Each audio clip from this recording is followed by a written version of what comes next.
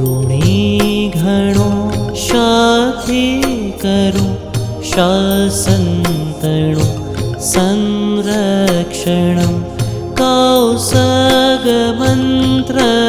जाप तप करूं मारु सर्व समर्पणं कौसगमंत्र